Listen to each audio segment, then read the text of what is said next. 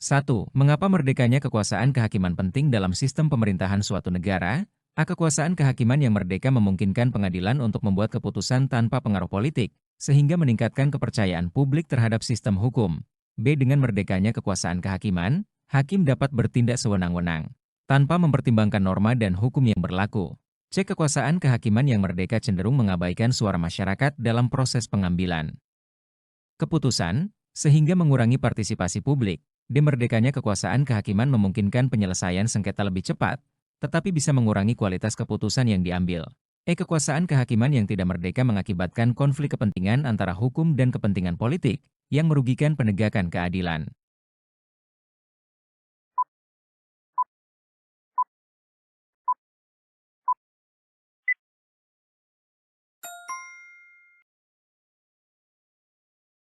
Pasal 24 ayat 1, kekuasaan kehakiman merupakan kekuasaan yang merdeka untuk menyelenggarakan peradilan guna menegakkan hukum dan keadilan.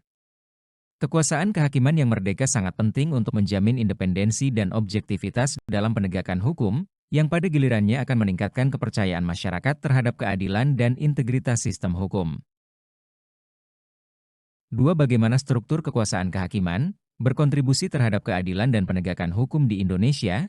A. Dengan adanya berbagai lingkungan peradilan, setiap kasus dapat ditangani oleh lembaga yang paling sesuai, sehingga meningkatkan efektivitas dan efisiensi dalam penegakan hukum. B. Struktur ini menyebabkan tumpang tindih kewenangan antar peradilan, yang mengakibatkan kebingungan bagi masyarakat dalam mencari keadilan. C. Banyaknya lingkungan peradilan menambah kompleksitas sistem hukum, sehingga menyulitkan masyarakat untuk memahami prosedur hukum yang berlaku. D. Keberadaan Mahkamah Konstitusi mengurangi peran Mahkamah Agung dalam menyelesaikan sengketa, yang bisa melemahkan otoritasnya. Struktur kekuasaan kehakiman yang beragam ini tidak berpengaruh signifikan terhadap penegakan hukum, karena semua peradilan berada di bawah kendali pemerintah.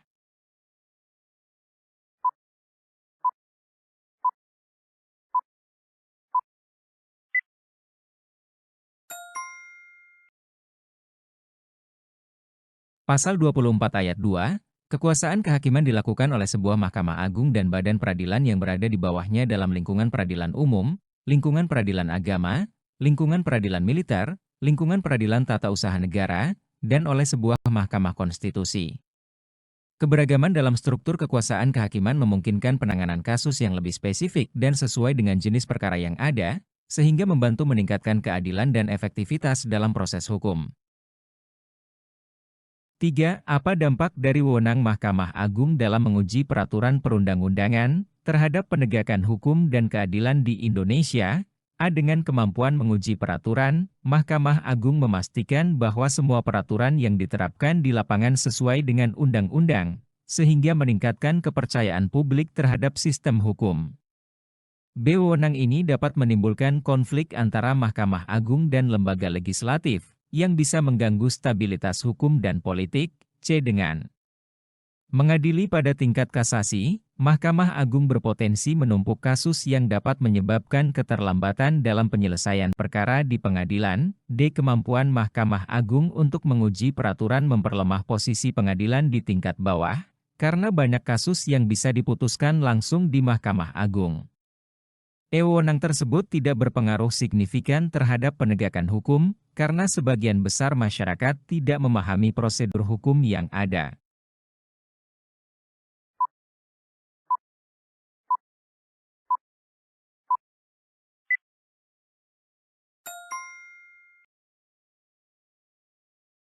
Pasal 24 ayat 1, Mahkamah Agung berwenang mengadili pada tingkat kasasi, menguji peraturan perundang-undangan di bawah undang-undang terhadap undang-undang, dan mempunyai wewenang lainnya yang diberikan oleh undang-undang. Wewenang Mahkamah Agung dalam menguji peraturan perundang-undangan sangat penting untuk menjamin konsistensi dan kepatuhan terhadap hukum, yang pada akhirnya meningkatkan kepercayaan masyarakat terhadap sistem hukum dan keadilan di Indonesia. 4. Bagaimana kualitas hakim agung yang baik dapat mempengaruhi kepercayaan masyarakat terhadap sistem peradilan di Indonesia? A. Kualitas hakim yang baik dapat meningkatkan kepercayaan masyarakat, karena masyarakat merasa aman bahwa hukum akan ditegakkan secara adil. B. Hakim yang berpengalaman tidak selalu menjamin keputusan yang adil, karena faktor lain seperti tekanan politik juga dapat memengaruhi. C. Jika hakim agung memiliki integritas tinggi, masyarakat mungkin akan lebih skeptis. terhadap keputusan hukum yang diambil, karena mereka mengharapkan standar yang sempurna. D. Kualitas hakim tidak mempengaruhi kepercayaan masyarakat, karena banyak orang sudah memiliki pandangan negatif terhadap sistem hukum secara umum. E. Kualitas hakim agung yang baik dapat mengurangi jumlah perkara yang diajukan ke pengadilan, karena masyarakat merasa tidak perlu berperkara jika hukum diterapkan dengan baik.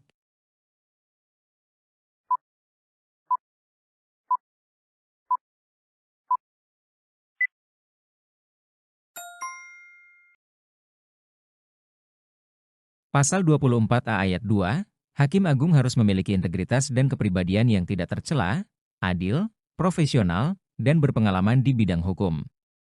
Hakim yang memiliki kualitas tinggi, termasuk integritas, kompetensi, dan objektivitas, akan menghasilkan keputusan yang lebih adil, sehingga meningkatkan kepercayaan masyarakat terhadap sistem peradilan. Masyarakat cenderung merasa lebih aman dan yakin bahwa hak-hak mereka akan dilindungi. 5. Di calon Hakim Agung diusulkan Komisi Yudisial kepada Dewan Perwakilan Rakyat untuk mendapatkan persetujuan dan selanjutnya ditetapkan sebagai Hakim Agung oleh Presiden. Mengapa proses pengusulan dan persetujuan calon Hakim Agung yang melibatkan beberapa lembaga ini penting? Dalam menjaga independensi kekuasaan kehakiman, proses ini memastikan bahwa calon Hakim Agung memiliki dukungan politik yang kuat, sehingga keputusan mereka selalu sejalan dengan kepentingan pemerintah. B. Melibatkan Komisi Yudisial dan Dewan Perwakilan Rakyat dalam pengusulan dan persetujuan menciptakan transparansi dan akuntabilitas dalam pemilihan hakim. C. Proses ini tidak terlalu penting, karena keputusan akhir tetap ada di tangan Presiden yang dapat memilih siapa saja tanpa pertimbangan lain.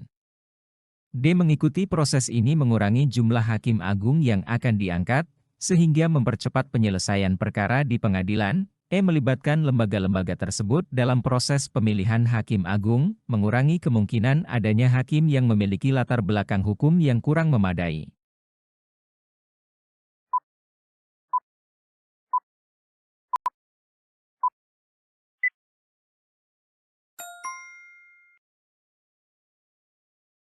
Pasal 24A ayat 3, calon Hakim Agung diusulkan Komisi Yudisial kepada Dewan Perwakilan Rakyat untuk mendapatkan persetujuan dan selanjutnya ditetapkan sebagai Hakim Agung oleh Presiden. Melibatkan beberapa lembaga dalam proses pengusulan dan persetujuan calon Hakim Agung, membantu memastikan bahwa proses tersebut berjalan secara adil dan terbuka. Ini juga mengurangi kemungkinan intervensi politik yang berlebihan dan menjaga independensi kekuasaan kehakiman. 6. Apa dampak dari pemilihan ketua dan wakil ketua Mahkamah Agung yang dilakukan oleh sesama Hakim Agung terhadap kemandirian dan integritas lembaga peradilan?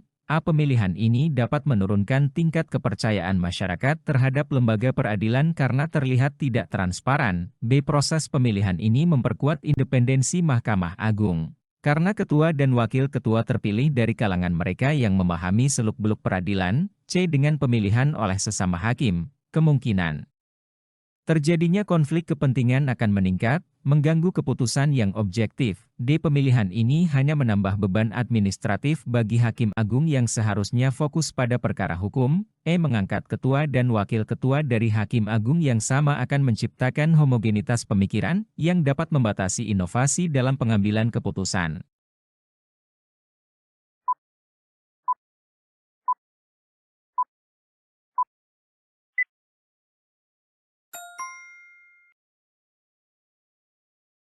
Pasal 24A ayat 4, Ketua dan Wakil Ketua Mahkamah Agung dipilih dari dan oleh Hakim Agung.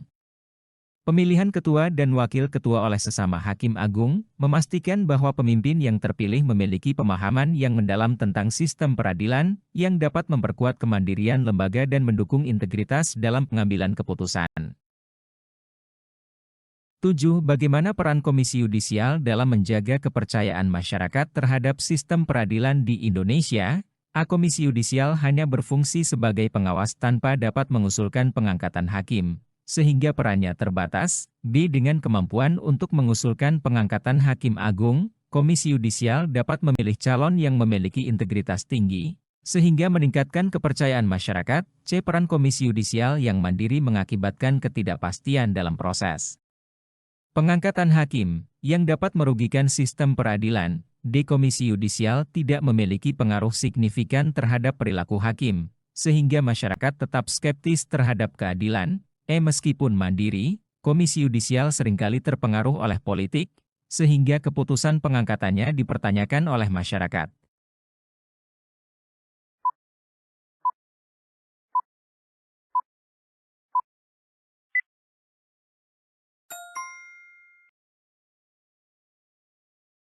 Pasal 24B ayat 1, Komisi Yudisial bersifat mandiri yang berwenang mengusulkan pengangkatan Hakim Agung, dan mempunyai wewenang lain dalam rangka menjaga dan menegakkan kehormatan, keluhuran martabat, serta perilaku hakim. Peran Komisi Yudisial dalam mengusulkan hakim yang berkualitas dan berintegritas sangat penting untuk menjaga dan meningkatkan kepercayaan masyarakat terhadap sistem peradilan, karena hakim yang baik akan berkontribusi pada penegakan hukum yang adil dan transparan. 8. Anggota Komisi Yudisial harus mempunyai pengetahuan dan pengalaman di bidang hukum, serta memiliki integritas dan kepribadian yang tidak tercela. Mengapa persyaratan ini penting dalam menjaga kualitas dan independensi Komisi Yudisial? Anggota dengan latar belakang hukum yang kurang dapat mengurangi efektivitas Komisi Yudisial dalam mengawasi hakim. Persyaratan ini memastikan bahwa anggota Komisi Yudisial dapat berinteraksi dengan masyarakat tanpa pengalaman yang relevan. Integritas dan kepribadian yang baik pada anggota Komisi Yudisial membantu meningkatkan kepercayaan publik terhadap sistem peradilan. Pengetahuan yang kurang di bidang hukum tidak mempengaruhi kemampuan anggota dalam melaksanakan tugas pengawasan. Persyaratan ini lebih bersifat formal dan tidak berpengaruh signifikan terhadap fungsi Komisi Yudisial.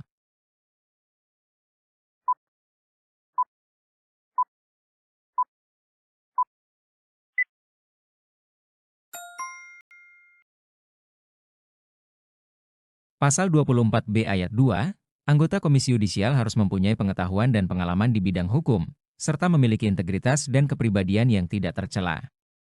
Anggota Komisi Yudisial yang memiliki integritas dan kepribadian yang baik akan lebih dipercaya oleh masyarakat, sehingga dapat memperkuat legitimasi dan independensi lembaga tersebut dalam mengawasi hakim serta menjaga kualitas sistem peradilan secara keseluruhan. 9. Mahkamah Konstitusi berwenang mengadili pada tingkat pertama dan terakhir yang putusannya bersifat final, untuk menguji undang-undang terhadap undang-undang dasar, memutus sengketa kewenangan lembaga negara, memutus pembubaran partai politik, dan memutus perselisihan tentang hasil pemilihan umum. Bagaimana wewenang Mahkamah Konstitusi ini mempengaruhi sistem pemerintahan dan prinsip demokrasi di Indonesia? Wewenang ini memperkuat independensi Mahkamah Konstitusi dalam menegakkan hukum, tanpa intervensi lembaga lain. Kemampuan untuk memutus pembubaran partai politik mengancam pluralisme dalam sistem politik di Indonesia. Putusan final Mahkamah Konstitusi memberikan kepastian hukum dan mendorong kepercayaan masyarakat terhadap sistem demokrasi. Kewenangan untuk memutus sengketa kewenangan lembaga negara dapat menyebabkan konflik antara lembaga-lembaga pemerintahan. Pengujian undang-undang terhadap undang-undang dasar menunjukkan ketidakstabilan dalam proses legislasi yang ada.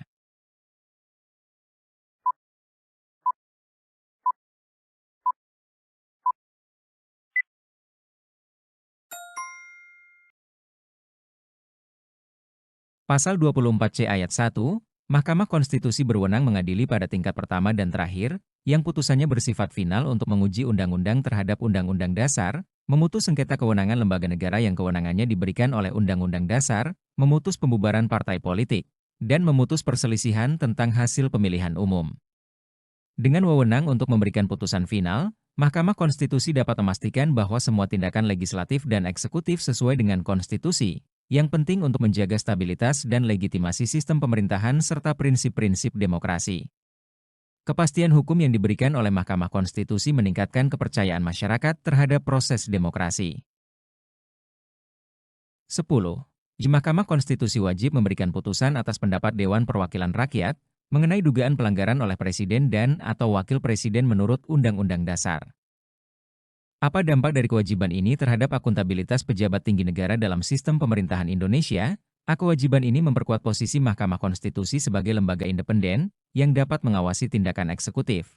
Proses ini dapat memperlambat pengambilan keputusan dan menciptakan ketidakpastian politik di tingkat pemerintahan. Pemberian putusan oleh Mahkamah Konstitusi memberikan jaminan perlindungan hukum bagi Presiden dan Wakil Presiden. Kewajiban ini menciptakan mekanisme checks and balances yang penting untuk menjaga integritas dan kepercayaan publik terhadap lembaga eksekutif. Hal ini memungkinkan Dewan Perwakilan Rakyat untuk memiliki kontrol penuh atas tindakan Presiden tanpa batasan hukum.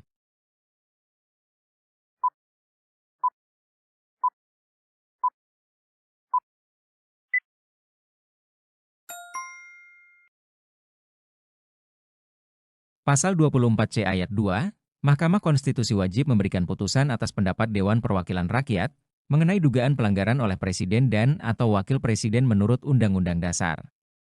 Kewajiban Mahkamah Konstitusi untuk memberikan putusan atas pendapat Dewan Perwakilan Rakyat mengenai dugaan pelanggaran oleh Presiden dan atau Wakil Presiden berfungsi sebagai pengawasan yang penting, memastikan bahwa pejabat tinggi negara bertanggung jawab atas tindakan mereka, dan membantu menjaga kepercayaan publik terhadap sistem pemerintahan.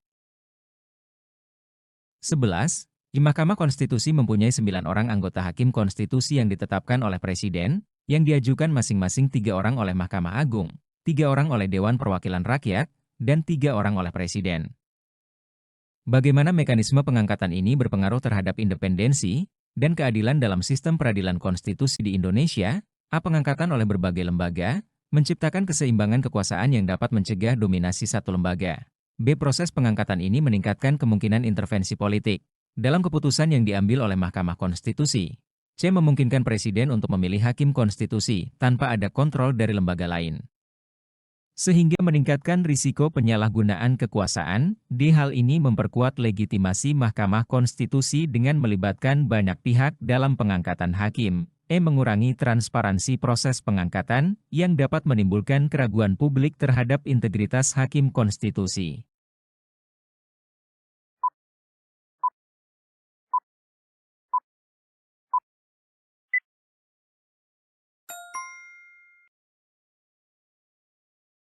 Pasal 24C ayat 3, Mahkamah Konstitusi mempunyai 9 orang anggota Hakim Konstitusi yang ditetapkan oleh Presiden, yang diajukan masing-masing 3 orang oleh Mahkamah Agung, 3 orang oleh Dewan Perwakilan Rakyat, dan 3 orang oleh Presiden.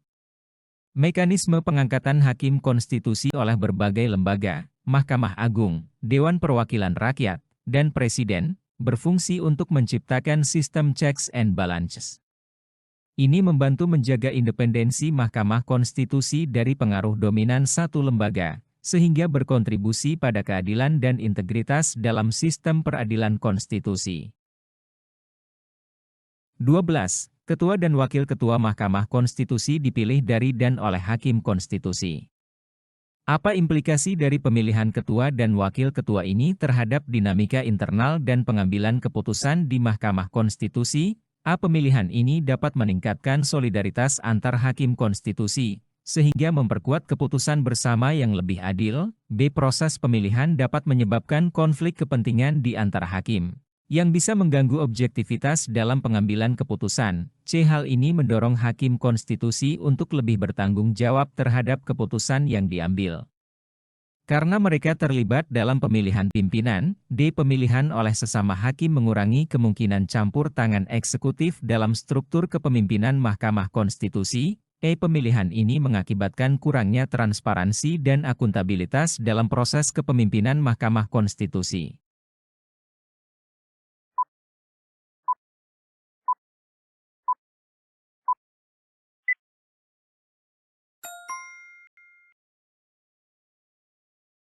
Pasal 24C ayat 4, Ketua dan Wakil Ketua Mahkamah Konstitusi dipilih dari dan oleh Hakim Konstitusi.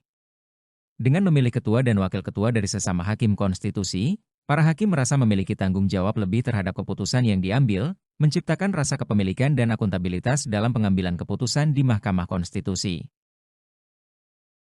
13. Hakim Konstitusi harus memiliki integritas dan kepribadian yang tidak tercela, adil, negarawan yang menguasai konstitusi dan ketatanegaraan, serta tidak merangkap sebagai pejabat negara. Mengapa kriteria tersebut penting untuk diterapkan dalam pemilihan hakim konstitusi? A. Kriteria ini memastikan bahwa hakim konstitusi dapat mengambil keputusan yang netral dan tidak terpengaruh oleh kepentingan politik. B. Dengan kriteria ini, proses pemilihan hakim konstitusi akan lebih cepat dan efisien, karena tidak melibatkan banyak pihak. C. Kriteria tersebut mengurangi risiko konflik kepentingan dan meningkatkan kepercayaan publik terhadap lembaga peradilan. D. Kriteria ini tidak terlalu berpengaruh, karena keputusan hakim konstitusi lebih dipengaruhi oleh hukum dan undang-undang yang berlaku. E. Kriteria tersebut hanya penting untuk menjaga reputasi lembaga, sementara substansi keputusan tetap yang utama.